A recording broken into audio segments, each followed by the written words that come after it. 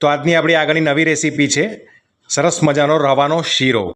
તો રવાનો શીરો બનાવવા માટે શું કરવાનું ચાલો તમને બતાવું. સૌપ્રથમ આપણે એક કડિયું લઈશું, તેમાં 1 ચમચો ભરીને ઘી નાખીશું અને ઘીને ગરમ થવા દઈશું. અને ઘી ગરમ થયા બાદ આપણે તેમાં 1 વાડકી રવો નાખીશું.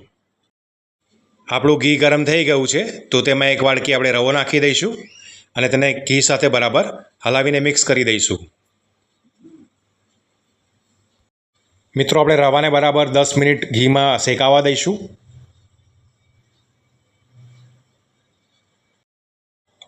તો મિત્રો આપણો રવો સરસ રીતે શેકાઈ ગયો છે, તમે જોઈ રહ્યા છો. મિત્રો હવે આમાં આપણે 1 વાડકી દૂધ રેડીશું. હવે આપણે આમાં એલચી પાવડર નાખીશું. હવે સાથે કાજુ બદામ ને પિસ્તાને જે ક્રશ કર્યા છે તે નાખીશું. હવે આપણે આમાં 1 વાડકી ખાંડ નાખીશું અને બધું હલાવીને બરાબર મિક્સ કરી દઈશું અને રવાને ધીમા તાપે શેકાવા દઈશું.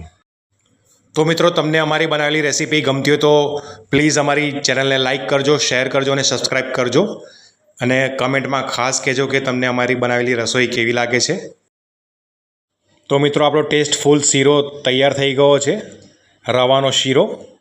તો હવે આપણે એને એક ડીશમાં કાઢી લઈશું. મિત્રો આપણે શીરો ડીશમાં કાઢી લીધો છે. હવે તેની પર ગાર્નિશ કરીશું.